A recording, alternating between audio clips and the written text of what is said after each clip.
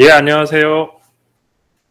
예, 구글 클라우드 아시아 태평양 인공지능 기계학습 분야 솔루션 리드로 일하고 있는 김진철입니다.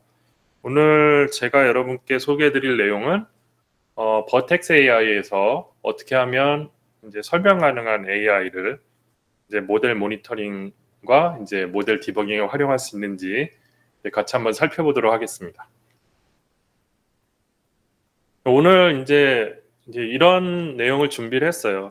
그래서 첫 번째로 왜 설명 가능한 AI 기술이 중요한가? 왜 우리가 버텍스 AI에서 왜 explainable AI를 지원하게 됐는가? 이제 이런 배경에 대해서 좀 간단히 살펴본 다음에 이러한 설명 가능한 AI 기술이 왜 필요한지 데이터에서 암묵적으로 이제 반영되어 있는 그런 바이어스가 어떻게 나타나는지 한번 간단히 사례를 통해서 살펴보고, 그다음에 이제 구체적으로 버텍스 AI에서 explainable AI, 설명 가능한 AI를 어떤 식으로 지원하고 있는지, 그리고 이 설명 가능한 AI 기능을 활용하기 위해서 필요한 기본적인 개념에 대해서 먼저 같이 한번 살펴보겠습니다.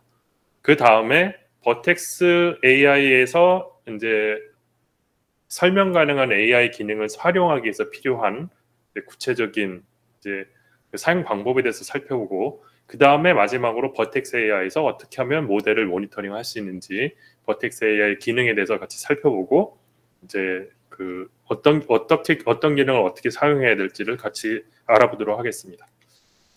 예, 첫 번째로 요즘 이제 AI 윤리에 대해서 많이 말씀을 드리셨을 겁니다. 이제 보통 AI 윤리에 대해서 얘기를 하면 굉장히 거창한 걸 많이들 생각을 하시죠. 뭐 터미네이터 같은 그런 AI가 세상에 출현해서 지구를 멸망시키도록 하면 안 된다, 뭐 이런 말씀을 하시는 분들이 많은데, 예, 뭐 언젠가 그런 일이 벌어질 수 있지만 현재 AI 기술이 그렇게까지 발전된 건 아니기 때문에 그런 아주 거대 담론을 뭐 이제 말씀드리려고 하는 건 아니고, 이제 AI 기술이 왜 AI 기술을 쓰는데 윤리가 중요하냐면, 사람의 생활에, 우리들이 겪는 일상 생활에 미치는 결정을 AI 모델이 하는 경우가 많아졌고, 그런 AI 모델이 이제 그 사람의 기준으로 적절하게 판단하지 못했을 경우에 이제 어떤 재산상의 피해라든가 아니면 이제 조금 위험한 경우에는 사람의 생명을 이제 위험하게 만드는 상황까지도 갈 수 있기 때문에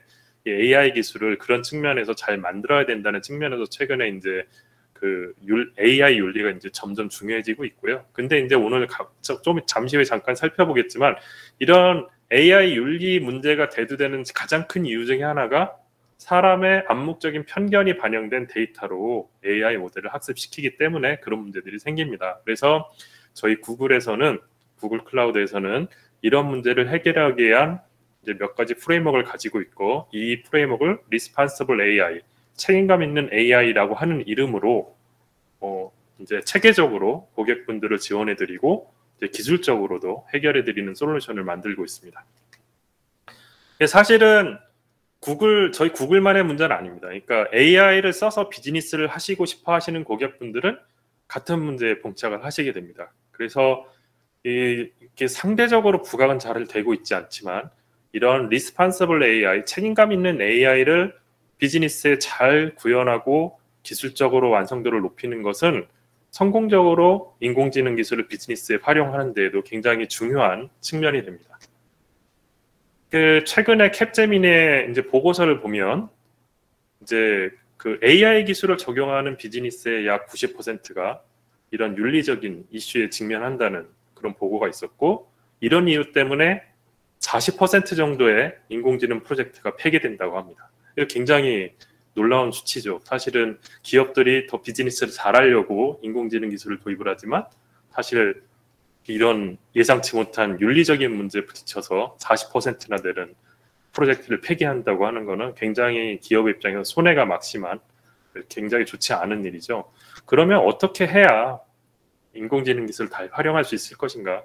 사실은 인공지능 기술이라고 하는 것은 우리 인간의 지능을 흉내내는 컴퓨터를 만들고자 하는 것인데, 그런 측면에서 보면은 인공지능 기술이 기술과 휴머니티, 인간성이 만나는 참 독특한 기술 영역이라고 할 수가 있습니다. 그 얘기는 인공지능 기술을 만들 때 우리 사람이 우리 인간이라는 게 도대체 뭔가, 인간성이라는 게 도대체 뭔가라는 걸 우리가 더 잘 이해를 하고 기계가 그런 인간성을 구현할 수 있도록 만들어야 되는 것이죠. 그래서 예를 들자면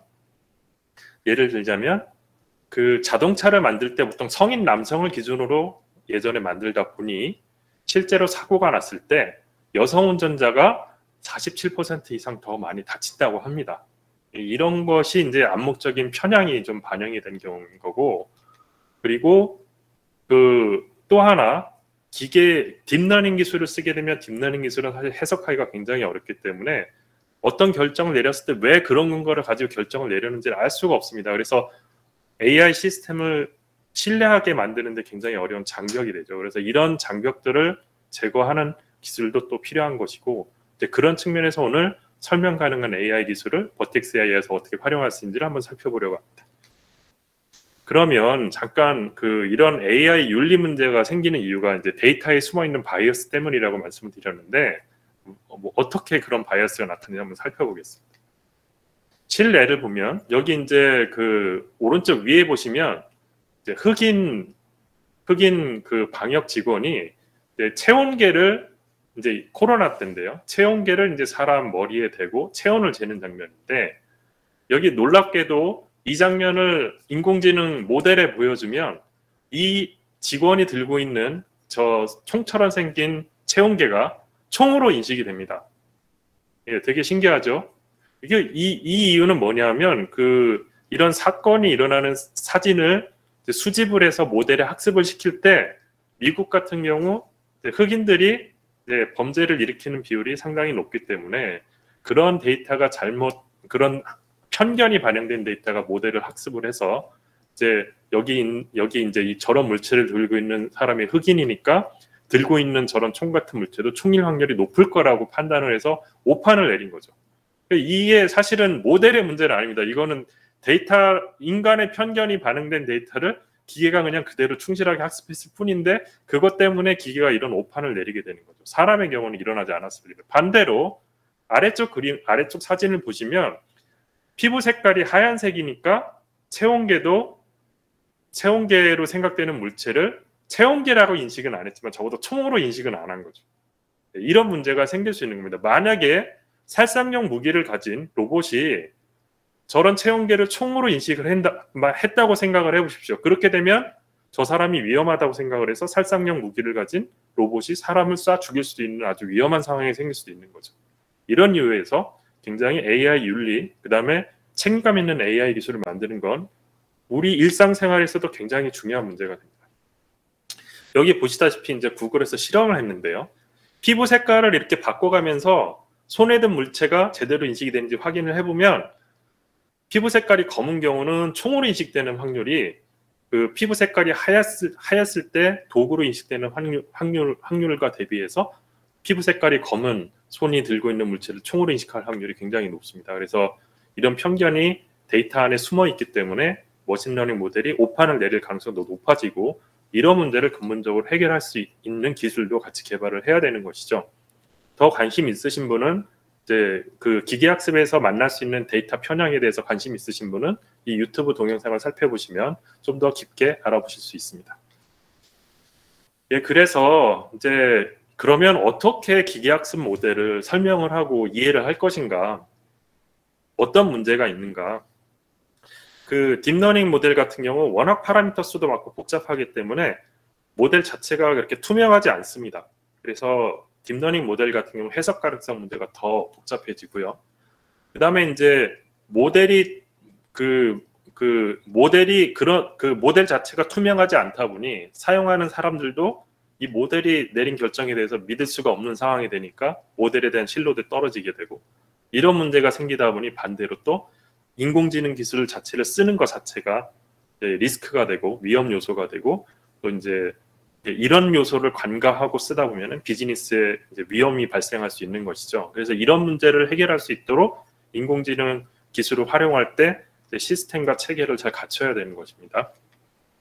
그래서 그러면 이제 어떤 사람들이 이런 설명 가능한 AI 기술이 필요할 것인가? 그 인공지능 기술을 직접 만드는 데이터 사이언티스트나 ML 엔지니어뿐만 아니라 이런 ML 기계학습이나 인공지능 모델을 써서 만든 서비스를 활용하시는 사용자나 또는 이제 이해관계자나 이제 고객분들도 결국은 이런 설명 가능한 인공지능 기술의 도움을 받아서 그 서비스를 좀 더 신뢰하고 믿고 쓸 수 있는 서비스로 만드는데 다 같이 참여하게 되는 것이고, 특히 이제 고객분들께서는 이런 설명 가능한 AI 도움을 받으면 내가 쓰고 있는 시스템이 믿을 만한 시스템인지를 더 잘 확인하실 수 있는 것이죠. 예, 이런 문제 하에서 설명 가능한 AI 기술이 중요한 것이고, 그럼 이제부터 본격적으로 버텍스 AI에서 설명 가능한 AI를 어떻게 활용할 수 있는지 한번 같이 살펴보겠습니다. 버텍스 AI의 설명 가능한 기술은 굉장히 쓰기 쉽게 잘 만들어졌지만 모든 경우에 대해서 다 설명 가능성을 제공하는 건 아닙니다. 하지만 현재 버텍스 AI에서 제공하는 설명 가능한 AI 기술을 활용을 한다면 이제 이런 경우에 이제 도움을 받을 수 있는데, 첫 번째로 그 AI가 만든 결정이 어떻게 이루어졌는지를 저희가 이제 직접 확인을 해볼 수 있습니다. 그러니까 정답을 주는 건 아니지만 어떤 식으로 판단을 내렸는지 근거는 확인할 수 있는 거죠. 그 다음에 모델이 어떻게 동작하는지를 조금 더 투명하게 관찰할 수 있게 되고, 이런 이유 때문에 모델이 정상적으로 작동하고 있는지 디버깅해 볼 수 있고, 또 모델이 정말 의도했던 대로 서비스를 제공하고 있는지, 서비스를 위한 그 추론을 제공하고 있는지 감사를 해볼 수 있고, 그 다음에 그 결과적으로 이 모델을 써서 지능형 서비스를 제공하는 서비스가 정말 믿을 만한 것인지 확인하는 데도 활용을 할 수가 있습니다. 특히 그 감사 같은 경우는 2018년 유럽에서 제정된 GDPR 법률과 관련해서 점점 더 인공지능 기술 분야에서 중요해지는 이슈고요. 그 GDPR 법안 때문에 설명 가능한 AI 기술의 중요성이 점점 더 부각이 되고 있고, 학계에서도 좀 더 많은 연구를 진행을 하고 있습니다. 그래서 이제 그 설명을 얻어내는 방법이 크게 두 가지가 있습니다. 첫 번째는 특성 기여를 이용하는 방법입니다. 이거는 쉽게 말씀드리면 이제 기계학습 모델인데 피처를 가지잖아요. 특성을 가지거든요. 그러면 이제 각 피처가 이제 추론에 기여를 해서 이제 연산을 만들어내게 되는데, 어떤 피처가 지금 현재 기계학습 모델이 얻은 결론에 어떤 피처가 가장 많은 기여를 했는지를 역추적을 해서 그 모델이 어떻게 동작하는지를 이제 확인하는 방법이 특성 기여를 이용한 설명 가능성을 확인하는 방법이고요. 그 다음에 예제 기반의 방법이 있는데, 이거는 그 현재 모델이 만든 어떤 결론을 얻기 위해서 이 모델이 어떤 그 학습했을 때 어떤 예제와 가장 가까운 예제에 관련된 피처를 써서 그 추론을 했는지를 확인하는 겁니다. 그러니까 결과적으로 그 예제 기반 설명 가능 AI 방법은 현재 추론에 대해서 이 추론을 얻어냈을 때 추론을 얻어내기에 이 모델이 학습할 때 사용한 어떤 예제랑 가장 가까운 그 피처와 그 모델 학습된 그 모델의 그 내용을 웨이트를 사용을 해서 현재 추론이 나오는지를 이제 확인할 수 있도록 돕는 방법으로 이제 좀 직관적으로 이제 그 모델이 어떤 식으로 동작하는지 확인하는데 조금 유용하게 쓰일 수 있는 방법입니다. 그래서 그 특성 기여를 이용한 설명 가능한 AI는 현재 버텍스 AI의 6가지 서비스에서 제공이 되고 있습니다. 버텍스 AI 프리딕션, 버텍스 AI 노트북, 그러니까 버텍스 AI 워크벤치죠. 그 다음에 AutoML 테이블, 비전, 모델 모니터링, 빅쿼리 ML에서 쓰실 수 있고, 그다음에 예제 기반의 설명을 제공하는 방법은 그 지난주 목요일 8월 17일 목요일 맞나요? 예. 8월 17일 이제 처음으로 퍼블릭 프리뷰로 공개가 됐습니다. 그래서 이제 이 두 설명 가능한 AI 기술은 구글 클라우드가 이제 굉장히 차별화된 이제 기능으로 제공해 드릴 수 있는 구글 클라우드만의 아주 이제 앞선 기능이고요. 그다음에 이것뿐만 아니라 이제 버텍스 AI와 함께 쓰실 수 있는 이제 설명 가능한 AI 툴로서 이제 구글에서 구글에서 이제 만들어서 오픈 소스로 제공하거든요. 마리프 툴. 그다음에 랭귀지 인터프리터빌리티 툴이 있습니다. 근데 이제 마리프 툴은 이제 랭귀지 인터프리터빌리티 툴로 이제 점진적으로 통합돼서 이제 앞으로는 랭귀지 인터프리터빌리티 툴로 이제 그 오픈 소스로 공개되어 있는 툴이기 때문에 여러분들께서 편하게 다운로드 받으셔서 이런 설명 가능한 AI 기술을 활용을 해보실 수가 있고요. 그래서 이제 이제 설명 가능한 AI가 지금 완성된 그런 기술은 아니기 때문에 이제 쓰실 수 있는 분야는 좀 제약이 되어 있는데요. 크게 영상 데이터, 테이블 형태의 정형 데이터, 그다음에 자연어 데이터에 대해서 설명 가능한 그러니까 AI 기술을 써서 이제 그 모델의 설명 모델이 추론한 과정에 대한 설명을 얻을 수 있고요. 예를 들면 이제 영상에 대해서 적용하면 이런 식으로 영상이 개라고 추론하게 된 이유가 되는 그 영상 안의 영역을 밝게 표시해주는 형식으로 설명을 이제 보여주고요. 그다음에 이제 그 테이블 데이터 같은 경우는 어떤 피처가 가장 기여도가 큰지를 보여줌으로써 이제 모델이 어떻게 동작하는지를 설명을 해줍니다.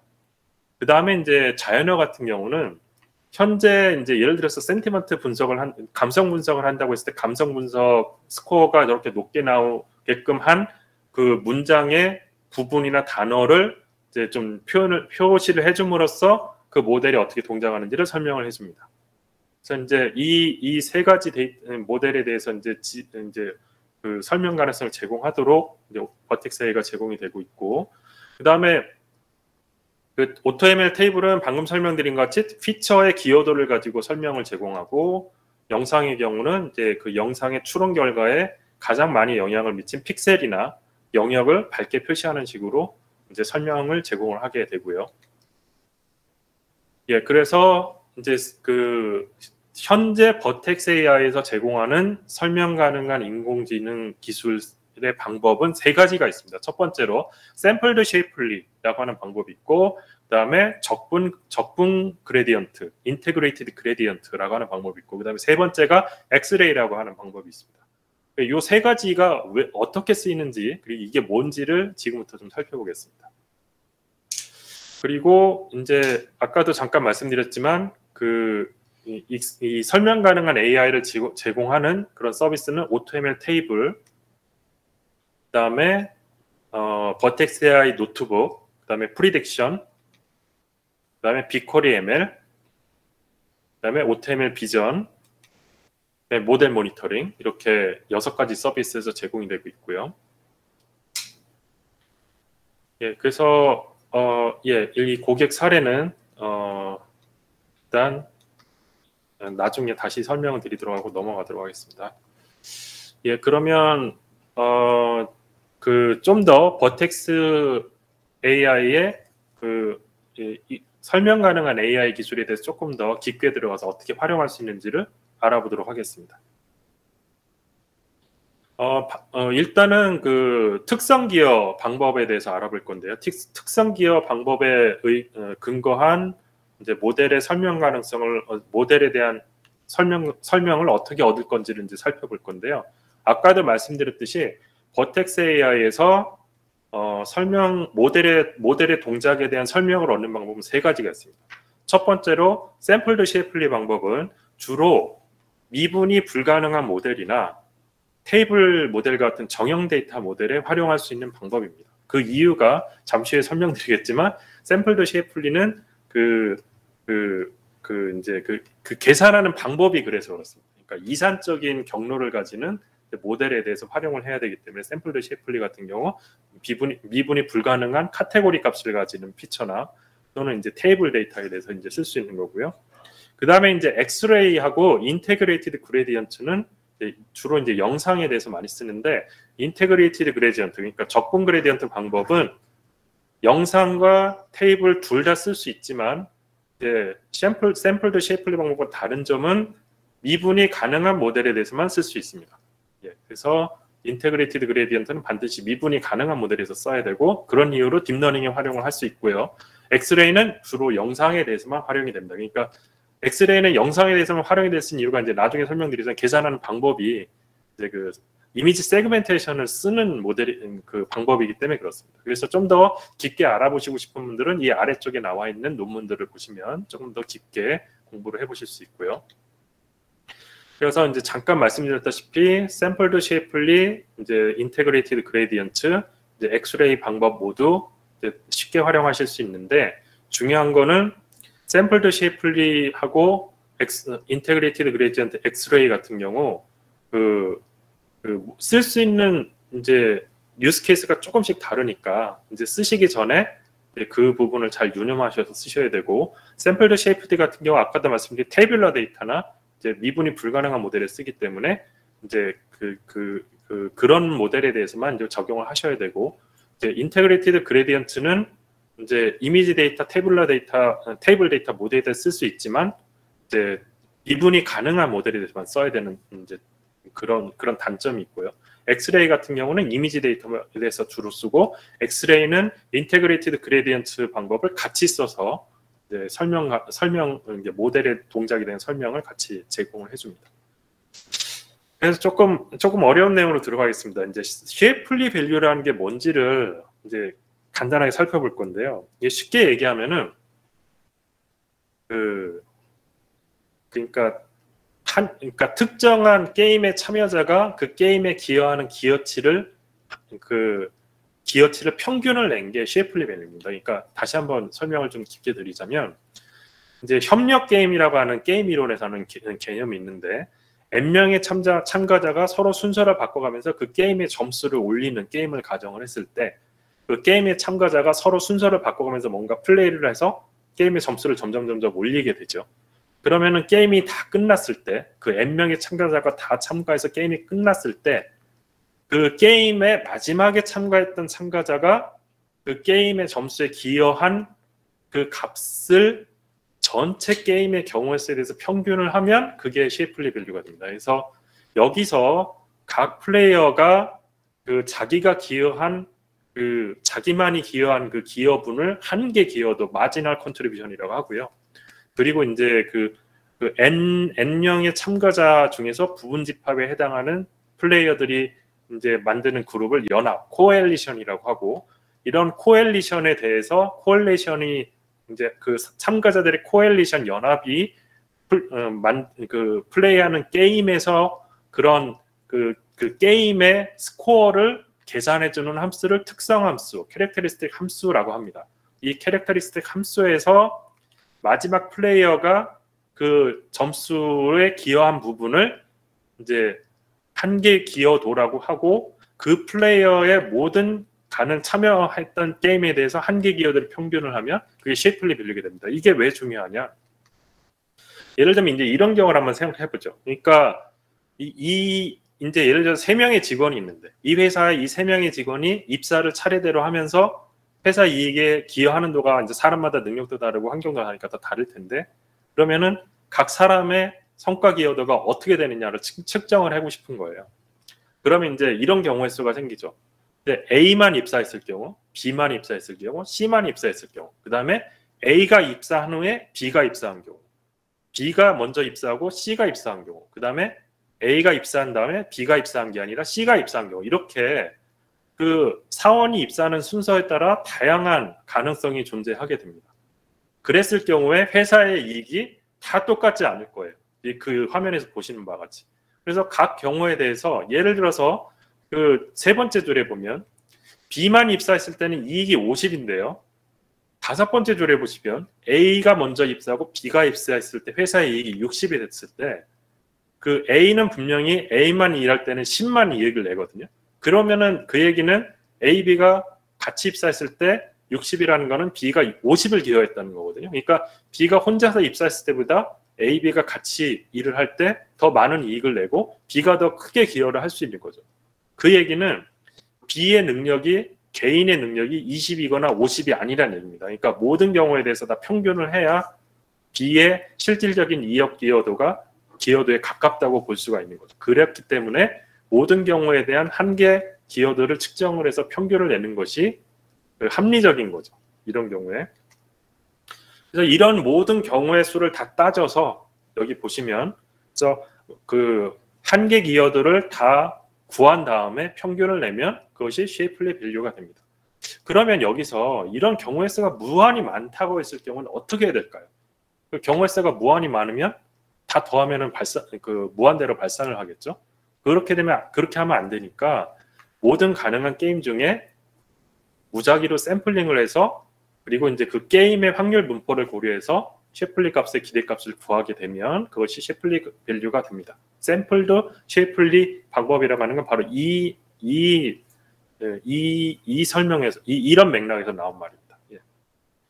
그래서 이런 셰플리 밸류랑 얘기가 있고 그 다음에 또 하나 셰플리 밸류를 계산을 할 때 기준을 잡아야 돼요. 기준에 따라서 셰플리 밸류가 달라집니다. 예를 들어서 나는 지금 A가 입사한 상태에서 B와 C의 기여도를 알아보고 싶은 그런 사람이 있을 수 있잖아요. 그런 경우에 그 게임의 기준이 되는 경우는 A만 입사한 경우가 기준이 되죠. 그래서 이제 관심이 있는 게임을 이제 부각시켜주는 그런 배경이 되는 그런 경우들을 포일이라고 합니다. 각이라고 하고요.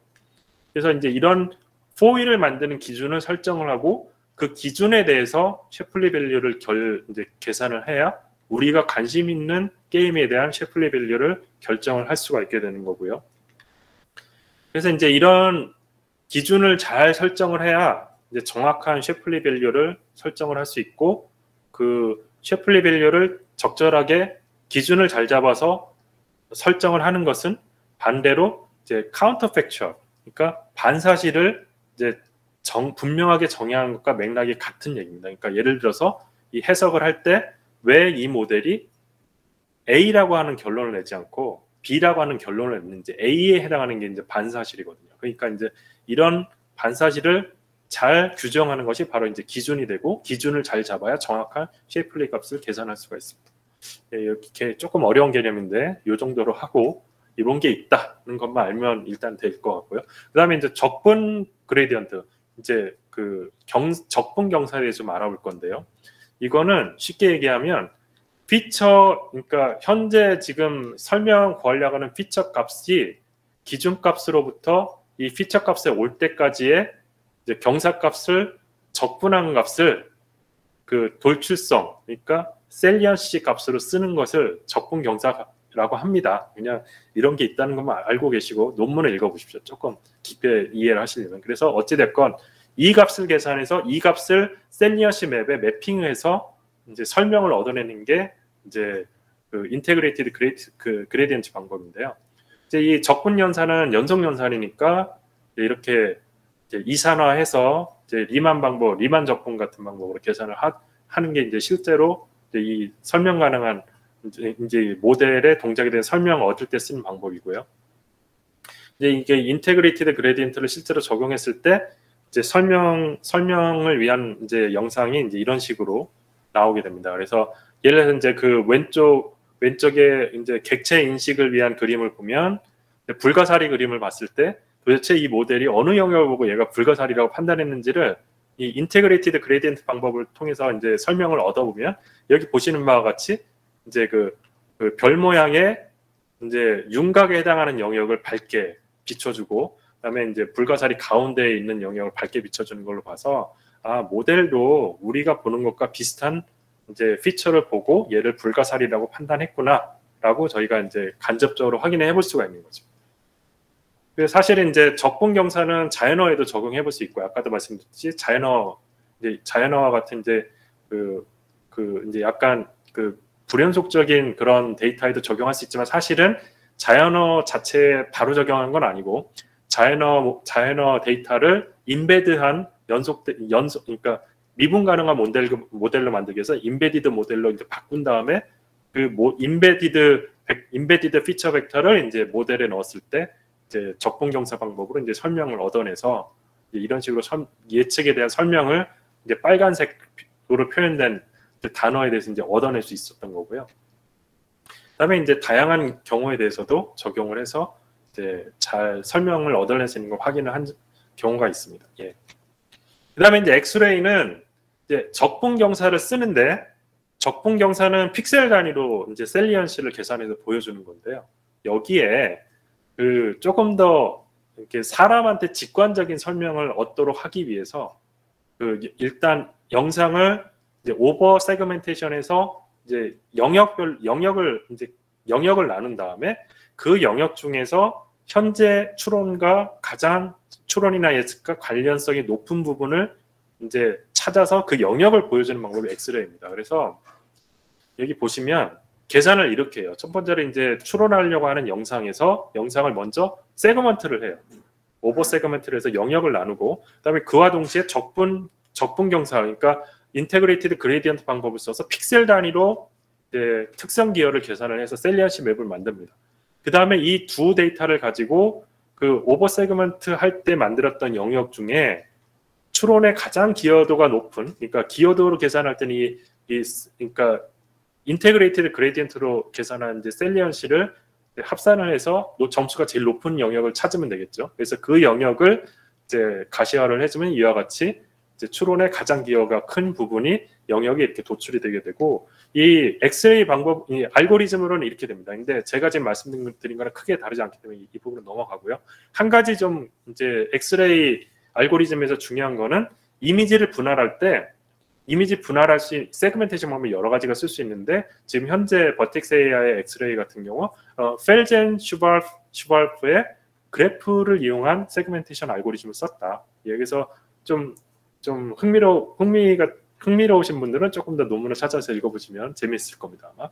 그래서 이제 이런 알고리즘으로 계산을 하는데 계산을 해보면 이제 이런 식으로 나오게 되는 거죠. 그러니까 이제 아까 적분 경사 방법보다 훨씬 더 직관적으로 나옵니다. 예를 들어서 지금 개라고 판단된 그림을 보면 이제 두 번째 줄이 엑셀에 대한 건데요.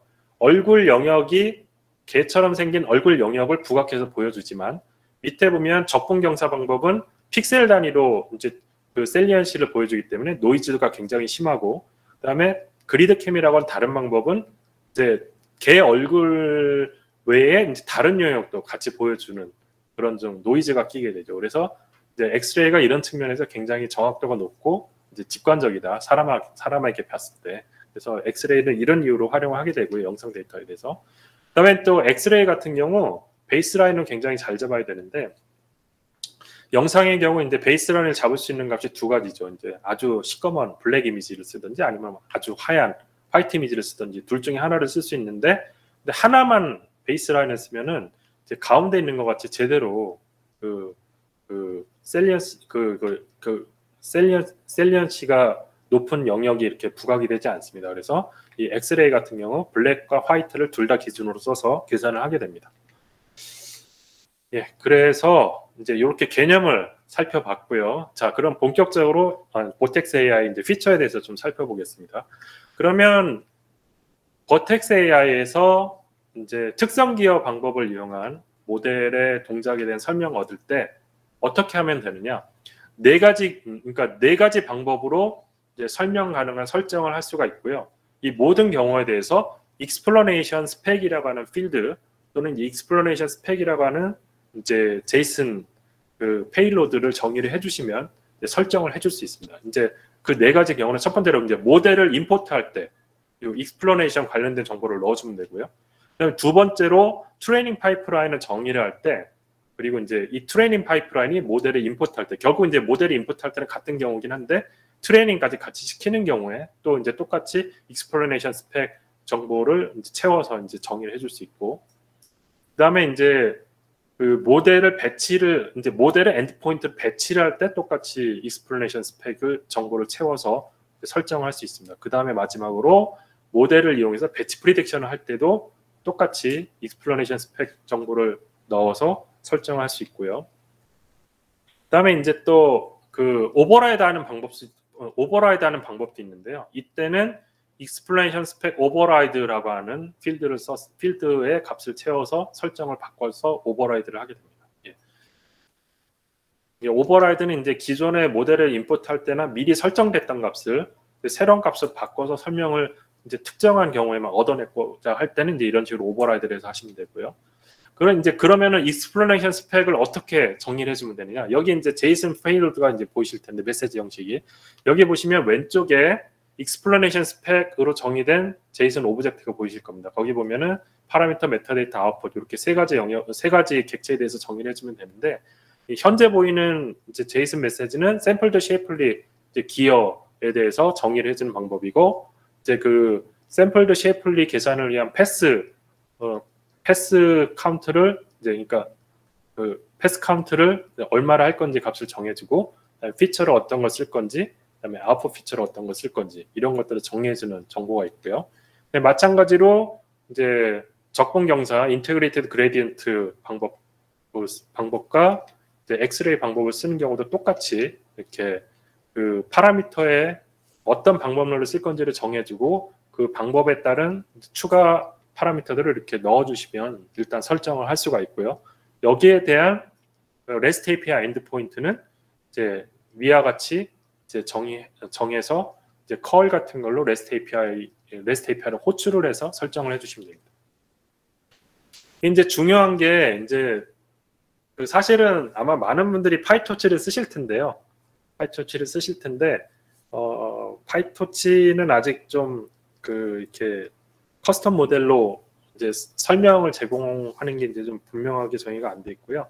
텐서플로우의 경우에 대해서 이제 임의의 그 설명 가능 로직을 이제 부여할 수 있는 기능이 제공이 되고 있는데요. 일단 텐서플로우를 써서 텐서플로우로 만드신 커스텀 모델을 이제 모델에 대한 설명을 얻고자 하신다면 이런 과정을 거쳐야 됩니다. 첫 번째로 그 그러니까 그 모델 동작에 대한 설명을 얻기에 필요한 그 그러니까 피처에 해당하는 입력에 해당하는 텐서, 그다음에 추론에 해당하는 아웃풋에 해당하는 텐서 이름을 확인을 하셔야 되고, 이 두 가지 텐서의 이름이 확인이 되면 이 이름을 가지고 이제 나중에 설정을 하게 되고요. 아까 보셨다시피 여기서 이제 저기 보시면 피처 네임 인풋 아웃풋에 이제 피처 네임을 넣게 돼 있죠. 여기에 이제 방금 말씀드린 거 인풋 아웃풋 텐서 네임을 넣게 되고, 그다음에 이제 반드시 중요한 거는 텐서플로우 세이브드 모델 형식이 현재 버텍스 AI explainable AI, 그러니까 설명 가능한 AI와 호환되는 형식이기 때문에 이 형식으로 저장을 해야 되고요. 그다음에 반대로 이제 모델을 로딩해서 쓸 때도 텐서플로우 세이브드 모델 형식으로 저장된 모델에서 인풋 아웃풋 텐서 이름을 구해서 이제 그 이름을 이용해서 설명을 얻어야 됩니다. 그러면 이제 어떤 식으로 이제 이런 그 인풋 아웃풋 텐서 이름을 얻을 수 있는가? 예를 들어서 이제 케라스 모델을 썼을 경우에 케라스 모델의 레이어 컴포넌트들을 이렇게 만들고 난 다음에 그 객체의 네임 어트리뷰트를 이제 네임 어트리뷰트를 이제 호출을 하면 그러면 그 텐서의 이름을 이런 식으로 얻을 수가 있고요. 그다음에 이제 이거는 이제 굉장히 심플한 경우인데 모델이 간단한 경우에 이제 이게 아니고 예를 들어서 이제 그 피처 벡터 전에 뭔가 프리프로세싱 레이어가 있거나 할 경우에는 조금 더 복잡해집니다. 그래서 이제 예를 들어서 이제 인풋이 시리얼라이즈드 인풋이 들어올 경우에는 그 인풋 텐서를 그러니까 그 설명을 얻기 위한 인풋 텐서를 별도로 좀 찾아서 정의를 해주셔야 되는 점 약간은 번거로운 점이 있고요. 근데 이 인풋에 해당하는 텐서를 찾는 방법으로 이제 텐서보드를 활용해서 이제 찾으시는 방법도 있고, 아니면 이제 이와 같이 별도로 tf.io 모듈에 있는 이제 파싱 펑션을 이용해서 찾으시는 방법도 있고요. 그다음에 이제 프리프로세싱 레이어가 있을 경우는 프리프로세싱 레이어 다음에 있는 텐서를 써서 쓰시는 게 이제 설명을 얻기에 더 적합하고요. 그다음에 이제 그 아웃풋 텐서의 경우 이제 출력 값이 어떤 그 확률이랑 로직 형태의 값이 아닐 경우에는 이제 그 약간 값을 좀 그런 식으로 이제 바꿔줘야 되거나 조금 좀 이제 아웃풋을 거기에 맞게 좀 맞춰줘야 되는 문제가 생깁니다. 그래서 이런 것들은 조금 염두에 두고 이제 활용을 좀 하셔야 되고요. 그다음에 이제 적분경사 방법을 써서 이제 그 피처, 그러니까 특성 기여를 계산을 할 때는 반드시 미분 가능한 이제 피처 벡터로 만들어야 된다. 이거는 염두에 두셔야 되고, 그래서 자연어 입력 같은 경우 이제 그 자연어 입력 같은 경우에 그러니까 인베딩을 써서 이제 그 연속 가능한 이제 실수 값으로 이제 피처 벡터를 만든 다음에 이제 입력을 넣으셔야 이제 그 그 설명을 제대로 얻으실 수 있습니다. 예. 이런 것들을 좀 염두에 두시고 활용하셔야 되고, 그 다음에 그 explanation 메타데이터 파일에 이제 인코딩을 지정을 해서 이런 식으로 이제 임베딩 모델을 위한 이제 인코딩을 적용하도록 설정할 수 있는 방법도 있어요. 그래서 이 방법은 이제 도큐멘테이션을 좀 참고하시면 자세하게 나와 있습니다. 예, 그 다음, 예, 요게 이제 그 임베딩을, 그러니까 인코딩을 이용을 해서 이제 미분 가능한 값을 바꿔주는 설정에 대한 내용이고요. 요거는 이제 도큐멘테이션을 좀 참고하시면 자세하게 알아보실 수 있습니다.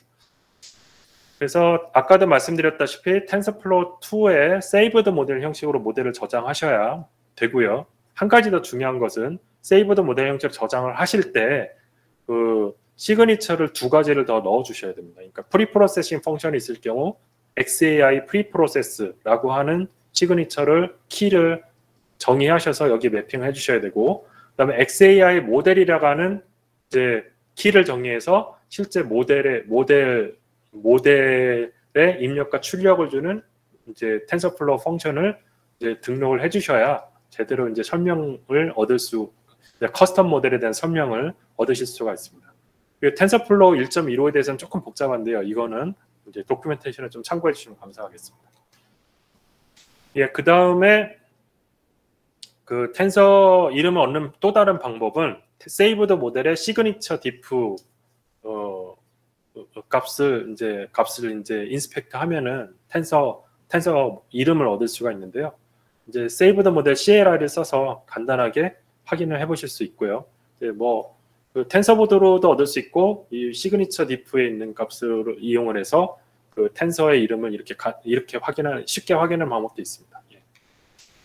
그리고 이제 엑스레이를 써서 설명을 얻어보면 이제 인테그레이티드 그레디언트 방법과 엑스레이를 썼을 때 이런 식으로 이제 설명을 표현하는 방법이 달라지고요. 아까도 말씀드렸듯이 인테그레이티드 그레디언트 방법을 쓰면 픽셀 단위로 셀리언시를 표현을 해주고, 그다음에 이제 엑스레이 같은 경우는 영역 단위로 이제 그 셀리언시를 표현을 해주게 되고요.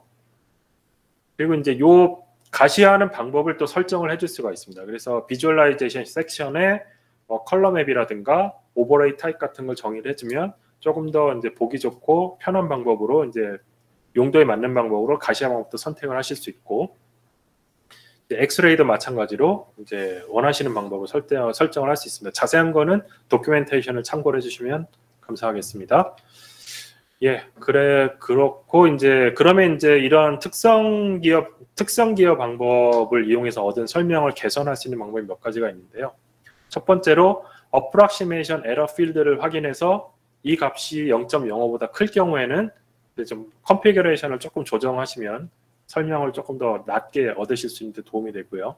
그다음에 이제 프리딕션과 베이스라인 아웃풋 간의 차이를 이제 확인을 해서 이 차이가 어느 정도 이상이 되면 또 이제 설정을 조정해서 이제 좀 더 나은 설명을 얻을 수 있도록 이제 좀 개선하는 방법이 있고, 마지막으로 이제 그 샘플드 쉐이플리 같은 경우 이제 그 패스 숫자를 조정을 이제 좀 늘려주시면 조금 더 그 설명이 어프락시메이션 에러가 좀 줄어듭니다. 예.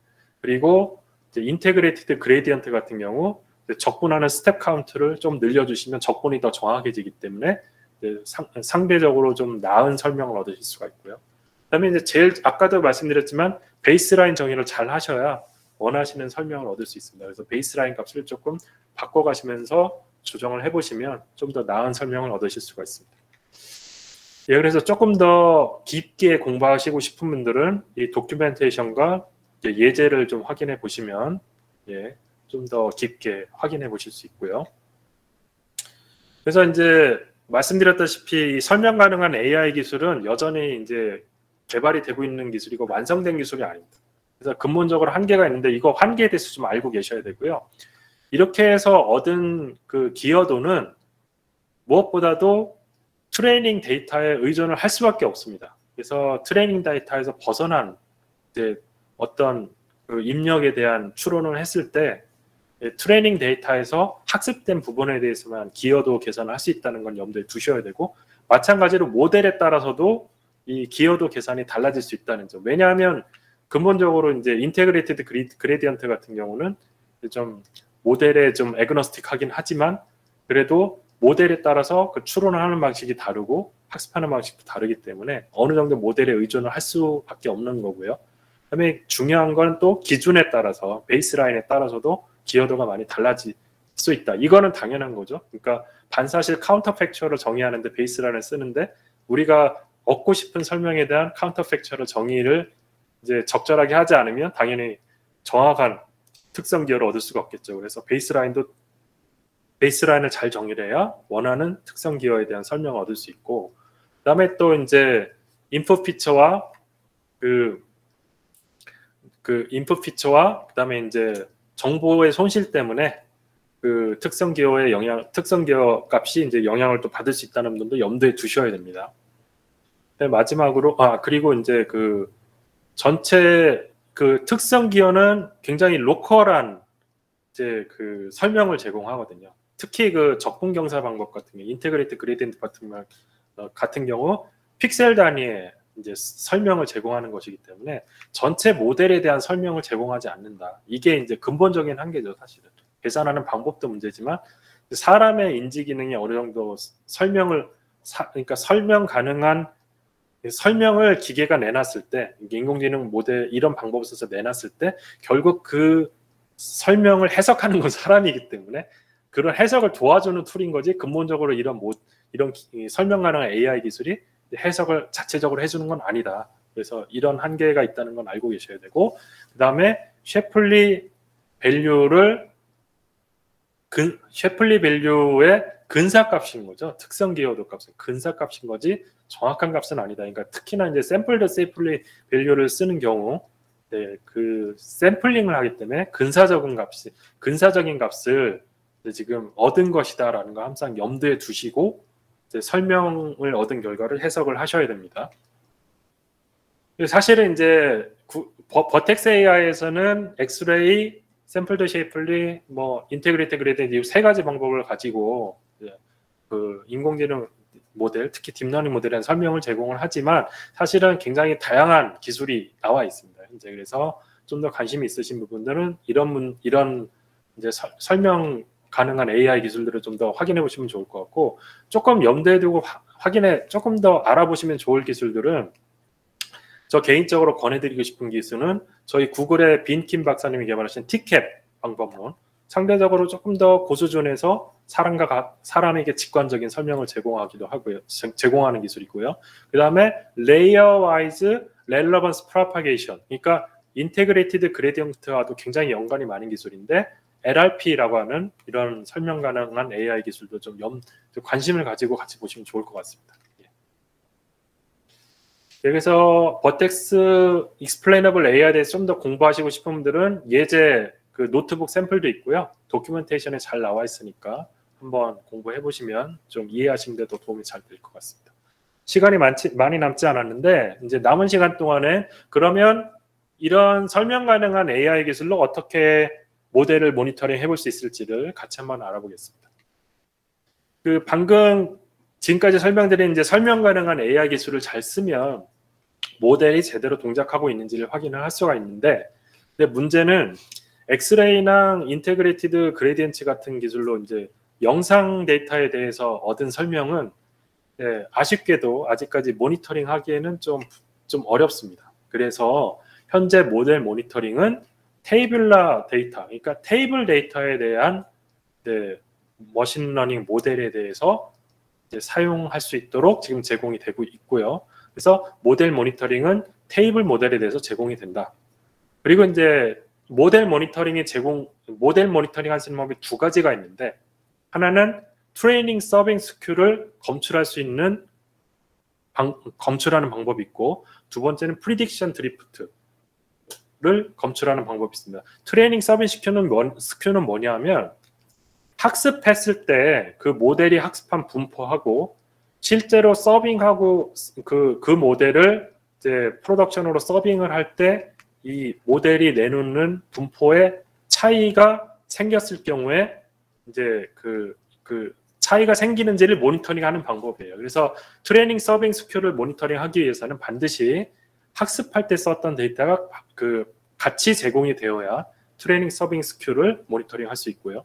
그다음에 이제 프리딕션 드리프트는 트레이닝 데이터가 없어도 되고 이제 다만 그 지금 모델이 내놓는 프리딕션 결과가 점점 뭔가 달라지고 있는지를 확인을 해서 확인을 하는 모니터링 기능을 제공하는 게 프리딕션 드리프트 모델 모니터링 방법입니다.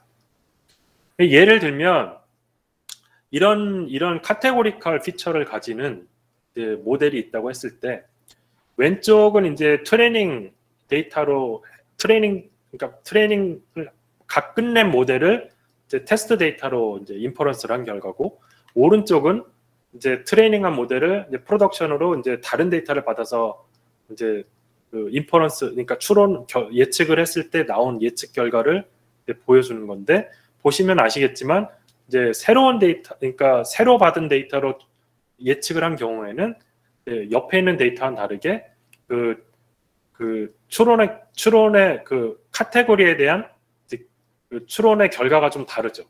왼쪽에서는 미국이랑 인디아가 1, 2위를 첫 번째와 두 번째로 이렇게 그 어떤 높은 값을 보여주지만, 오른쪽에서는 일본과 그 미국이 다른 양상으로 지금 추론이 되고 있습니다. 그래서 이런 거를 이런 경우에 대해서 이제 이런 경우에 대해서 모델 모니터링 통해서 이제 이런 경우를 이제 확인할 수 있는 거고요.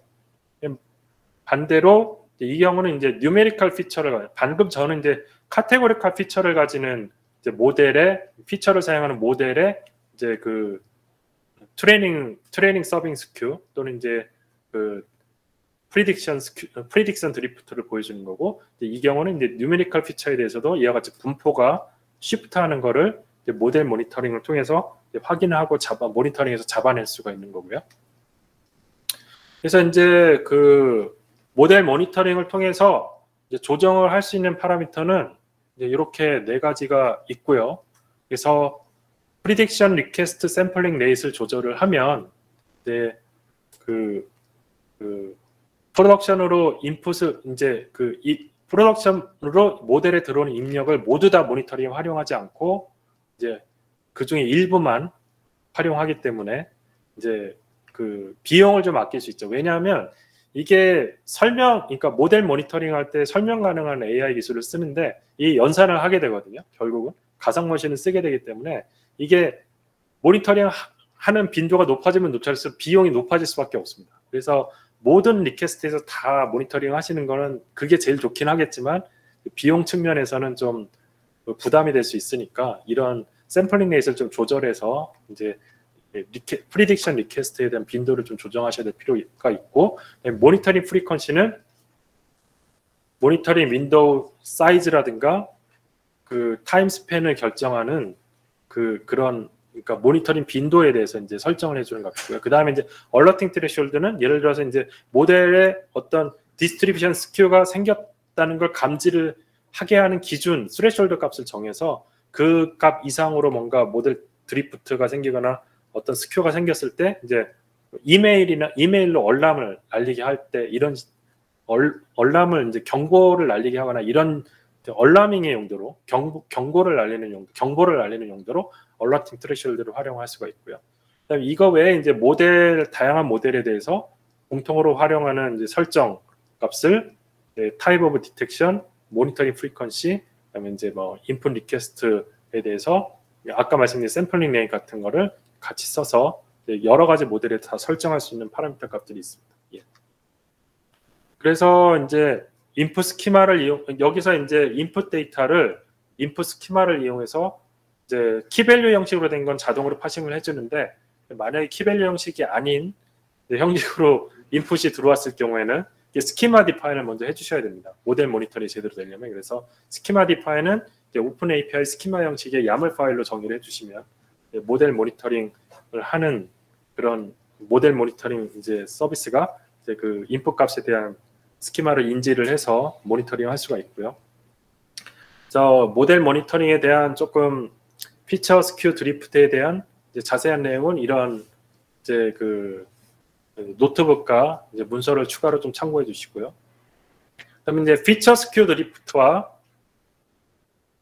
피처 어트리비션 스큐 드리프트는 이제 둘 다 이제 모델 모니터링 하는 방법인데 어떤 차이가 있냐면 쉽게 말씀드리면 피처 어트리비션 모니터링은 이거는 피처 모니터링은 피처가 어떻게 변하는지를 어떻게 변하는지만 모니터링 하는 건데 피처 어트리비션 모니터링은 아까도 말씀드렸듯이 피처 어트리비션은 설명한 결과로 나오는 값이잖아요. 그래서 그 모델 모니터링과 explainable AI 기능을 둘 다 켜졌을 때 얻는 게 피처 어트리비션 모니터링입니다. 그래서 모델 모니터링에서 피처 모니터링과 정확히는 피처 디스트리뷰션 모니터링이죠. 피처 디스트리뷰션 모니터링과 피처 어트리뷰션 모니터링은 실제 버텍스 AI를 사용하실 때는 피처 디스트리뷰션 모니터링은 모델 모니터링만 켜시면 되고 피처 어트리뷰션 모니터링은 explainable AI 기술을 이용해서 모델에 대한 설명을 가지고 모델을 모니터링하는 방법인데 이거는 explainable AI 피처도 같이 켜주셔야 됩니다. 이게 무슨 얘기인지 잠시 후에 보시겠습니다. 이 부분은 좀 시간 관계상 일단 넘어가서 이제 나중에 여유가 되면 좀 설명드리도록 하고요. 그래서 모델 배치를 할 때 이제 이런 식으로 피처 어트리뷰션 모니터링 설정할 때 G 클라우드 커맨드를 쓰면은 이제 AI 모델 모니터링 잡 커맨드와 그 다음에 이제 모델 모니터링 잡스의 커맨드에 이제 이런 옵션을 가지고 설정을 해주시면 되고 이런 옵션은 이제 REST API 콜로도 이제 JSON 페이로드 형식으로 이제 설정을 하실 수가 있습니다. 예, 그래서 이 노트북을 쫓아가면서 어떤 식으로 설정하는지 한번 알아볼 건데요. 화면 스크린샷이 잘 보이실지 모르겠는데 일단 버텍스에 들어가면 엔드포인트에서 설명 가능성을 설정하는 방식으로 모델 모니터링에 설정하는 걸 한번 볼 건데요. 여기 보시면 엔드포인트 리스트가 있고 이 엔드포인트의 이름을 클릭하면 이제 여기 보면은 explainability 옵션이 보이시나요? 조금 글자가 작아서 잘 보이실지 모르겠는데 explainability 옵션이 지금 켜져 있습니다. 그래서 이 엔드포인트 설정에서 모델 세팅에서 explainability 옵션을 켰기 때문에 피처 어트리뷰션 모니터링을 하고 있는 거고요. 그 다음에 모델 세팅의 위쪽에 보면은 모델 설명을 얻어내는 방법을 샘플드 쉐이플리 방법을 선택한 걸 볼 수가 있고 어떤 피처를 쓸지 밑쪽에 인풋 피처에 대해서 정리가 된 걸 볼 수가 있습니다. 그 다음에 이제 모델 세팅에서 인풋 피처를 정의한 부분 아래쪽에 보면 어떤 텐서가 아웃풋 값인지 아웃풋에 해당하는 이제 컬럼 값을 밑에 정의를 하게 돼 있고 그다음에 모델 모니터링 설정에서 enable 모델 모니터링 for this endpoint 옵션을 켜시면 모델 모니터링이 활성화가 됩니다. 그리고 이제 모니터링 오브젝티브에 이제 모니터링 방법, 예를 들면 방금 말씀드렸듯이 트레이닝 서빙 스큐, 그 다음에 프리딕션 드리프트 디텍션, 트레이닝 서빙 스큐 디텍션, 프리딕션 드리프트 디텍션 이 두 가지를 선택하실 수 있고 이제 각 경우를 선택하시는 경우에 대해서 트레이닝 서빙 스큐 디텍션을 선택을 하시면 트레이닝 데이터를 밑쪽에 보시는 것처럼 올리셔야 되고요. 이제 트레이닝 데이터를 구글 클라우드 스토리지에 저장을 하신 다음에 그 링크를 여기에 넣어주시면 됩니다. 그 다음에 이제 마찬가지로 모델 모니터링이 켜져 있는 경우 이거는 이제 켜져 있는 경우는 이런 식으로 보이게 되고요. 그래서 이제 이런 식으로 설정을 하면은 엔드포인트에서 저희 보시는 바와 같이 이제 모델에 대한 정보에서 모니터링 부분이 이네이블 된 걸 볼 수 있고 이 이네이블 된 부분을 클릭을 해주면 이와 같이 이제 모델이 모니터링 되는 걸 볼 수 있습니다. 지금 보시는 거는 피처 어트리뷰션 스코어 트렌드를 보는 건데요. 이건 뭐냐면 그러니까 피처 어트리뷰션이 변하면 그 모델의 동작이 변하고 있는 거거든요. 근데 반대로 피처 어트리뷰션 스코어가 일정하게 계속 유지가 되면 모델이 예상했던 대로 동작을 하고 있는 겁니다. 그래서 이런 걸 확인할 때 쓰는 방법이고, 그다음에 이제 요 엔드포인트에서 이제 그 모니터링 매트릭에서 이제 피처 이름을 클릭을 하면 이와 같이 이제 디스트리뷰션을 확인해서 디스트리뷰션 스큐가 있는지 드리프트가 있는지도 확인하실 수가 있습니다. 예, 그래서 어떤 식으로 설정하는지 한번 봤고요. 그 다음에 이제 좀 더 깊게 알아보시고 싶은 분은 이제 여기 보여드리는 주피터 노트북을 한번 따라서 해보시면 조금 더 쉽게 이해를 하실 수 있을 겁니다. 예, 그 다음에 이제 좀 더 깊게 알아보실 수 있는 자료를 여기 이제 좀 알려드렸고, 예, 구글 클라우드 도큐멘테이션에 좀 더 많은 정보가 있으니까요. 확인해서 보시면 이제 활용하시는 데 더 도움이 되실 것 같습니다. 예, 이상 지금까지 버텍스 AI에서 설명 가능한 AI를 어떻게 활용하는지를 같이 알아봤는데요. 궁금한 점 있으시면 질문을 주시면 제가 답변을 드리도록 하겠습니다. 예, 그리고 예, 오늘 세션 끝나고 설문 꼭 부탁드립니다. 설문 작성을 잘 해주셔야 저희가 더 나은 컨텐츠를 앞으로 제공해 드리는 데 도움이 되니까요. 꼭 설문 작성 부탁드리고요. 제 세션은 이걸로 마무리하겠습니다. 집중해서 들어주셔서 정말 감사합니다.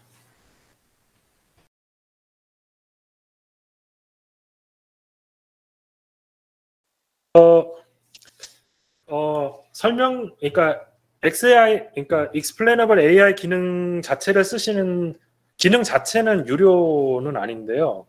이 기능을 쓰실 때 쓰는 이제 인프라 비용이 추가로 부과가 되죠. 아까 말씀드렸듯이 이제 이제 연산을 할 때 가상 머신을 쓰기 때문에 예, 그런 인프라를 쓰시는 거에 대한 비용은 이제 추가로 더 아마 더 무시게 될 거고요. 기능 자체를 쓰시는 거에 대한 뭐 특별한 비용은 예, 아직까지는 없습니다. 네.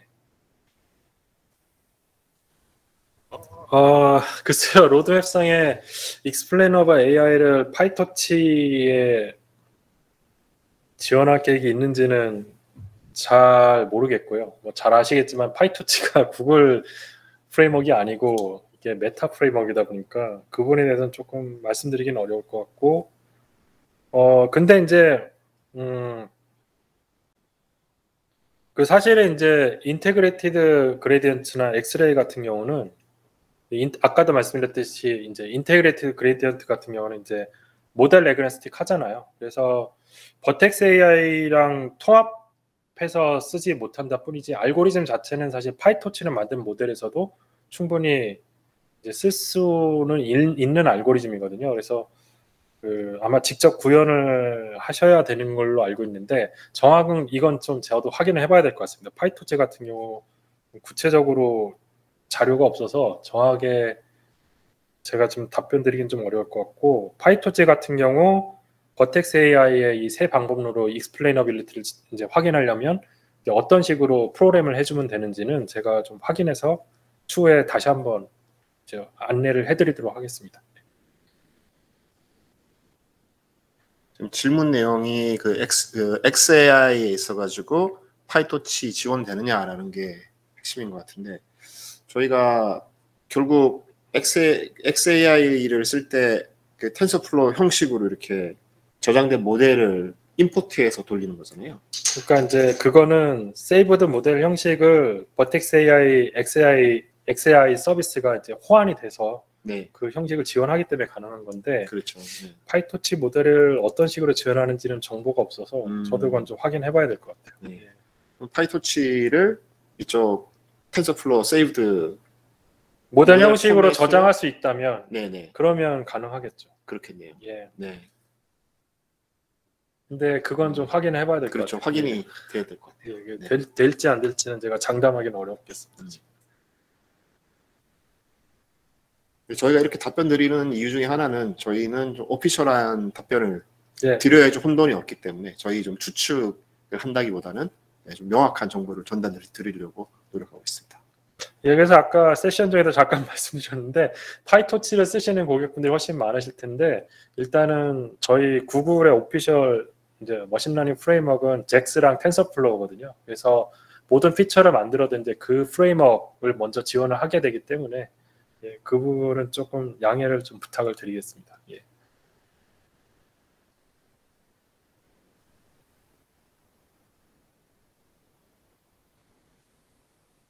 예, 안영호님께서 질문을 많이 해주셨네요. 너무 감사드립니다. 네, 그러면은 저희가 질문 조금 더 기다렸고요. 4시 48분입니다. 네, 예정했던 것보다 조금 더 일찍 마무리를 하도록 하겠습니다. 예, 집중해서 들어주셔서 감사합니다. 예, 네. 수고 많으셨습니다. 감사합니다.